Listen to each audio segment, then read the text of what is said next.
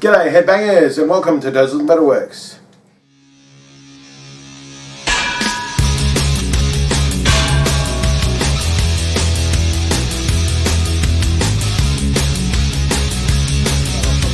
Welcome back my fellow metalheads for another edition of Dozel's Metalworks.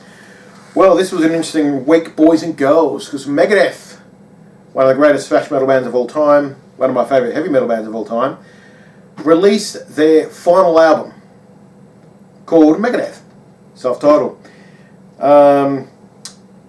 which is interesting because I always love the fact that their self-titled album was their last album, Iron Maiden's self-titled album was their first album, and Metallica's self-titled album was halfway in the middle.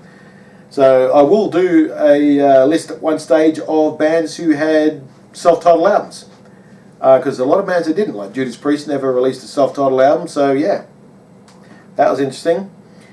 But look, we'll start off with part one of top 15 debut albums. So yeah, we'll start off, of course, Megadeth released their last album. We're now going to mention their first, as their first cab off the rank. Killing Is My Business, and Business Is Good, released 1985. Now I have the reissue here. I'll get Rex to stick up the original album cover. And yeah, so thank you Megadeth for all your kick-ass music over the years. I listened to the album like 4 or 5 times at work during the week.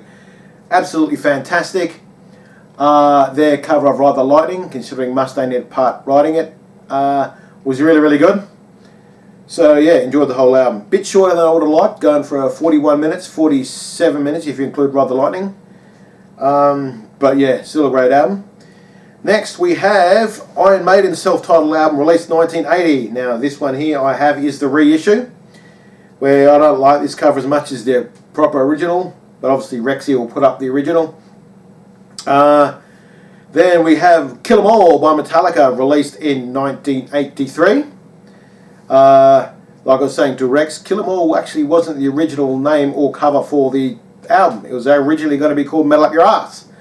But they said, yeah, we can't do that, so they changed it to Kill 'Em All, which is not much better when you think about it. Okay, then we have Yngwie Malmsteen's Rising Force, released 1984. That fantastic debut album for him. Then, of course, one of the greatest debut albums ever. Look, to call this album is a banger is an understatement, to be honest. I own it on CD myself, do want to get the vinyl, and yeah, what can I say, it will be into Doze's Vault at some stage. Yes, I'm talking about Bat Out of Hell by Meatloaf, released 1977. Yes, freaking brilliant album, that one. Next we have Atomic Playboys by Steve Stevens, released 1989. Now, Steve Stevens has done probably about a handful of debut albums. Most of the time he's been a guitarist for Billy Idol.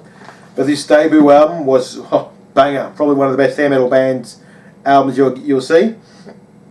Next we have Metal Church with their self-titled debut album, released in 1984. Cover of that one's great, where you got the Gibson Explorer looking guitar with been shaped in a cross with the guitar neck, which I thought was pretty sweet. Next we have Iced Earth with their self-titled debut album, released in 1990. I think they did reissues with a different cover as well. I am looking to get all the Iced Earth discography at some stage, well, studio album wise anyway. Next we have On Through the Night by Def Leppard, released 1980. Yeah, this is a good album, very raw. They were more metal back then as opposed to just going to the rock stage later on in life. But the cover is great, you know, with a semi-trailer hauling a big-ass guitar on it, so that was pretty cool. Next we have Runnin' Wild by Australia's own Airborne, released 2007. Great album, whole album. It's probably my favourite album by Airborne. Classic bunch of Aussie lads. Yeah, if you ever get a chance to watch the title track, they're playing the back of a semi-trailer, and what is being driven by Lemmy of all people, so that's a great video clip to go with it. Next we have one of the best landmark metal albums of all time. We have Blizzard of Oz by the Ozzy Osbourne, Released 1980, rest in peace Ozzy. Look, this was the start of his solo career after getting the arse from Black Sabbath.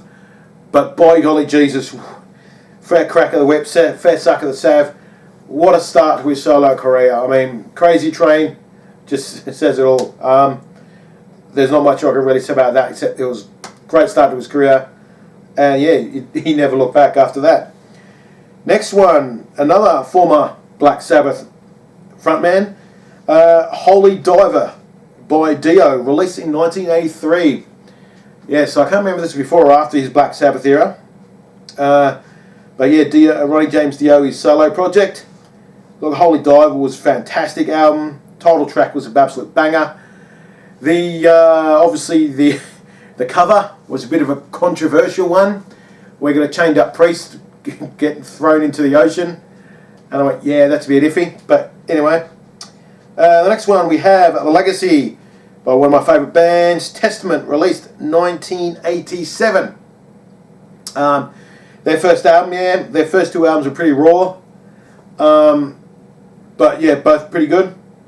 Then moving on, the one that started it all, boys and girls. We have Black Sabbath by Black Sabbath, released in 1970. And this, everyone says, is the pinnacle and is the start of the category that we will love so much, known as heavy metal. So, what can I say? The whole album was an absolute banger, very dark. Yeah. And then, quite possibly, to round off this list, the most popular rock album, debut rock album. And I must say, this is my favourite from this band. Wasn't a fan of much of the later albums. But Appetite for Destruction by Guns N' Roses, released in 1987. Yes, what can I say about that album? Again, it's a banger. If it's more of a banger, it'll be a freaking butcher shop. But look, fantastic album, and it's still probably one of the most popular one. I have it on CD. Want to get it on vinyl one day, I guess. But yeah, anyway, my friends, that was my list of part 1 of top 15 debut albums for rock and metal bands. All fantastic albums. I own pretty much most of them. Well, let's see what I own on CD. Iron Maiden, yes. Kill 'Em All, yes. Rising Force, no. Bad Out of Hell, yes. Atomic Playboys, yes. Metal Church, yes. Iced Earth, no. On Through the Night, no. Running Wild, I don't think so. Blizzard of Oz, yes. Holy Diver, yes. The Legacy, yes. Black Sabbath, no. Appetite for Destruction, yes. And Killing Is My Business, yes. So, apart from 3 or 4 on that list, I pretty much own all those. And part 2, pretty much the same. But until next week, my friends, mosh on.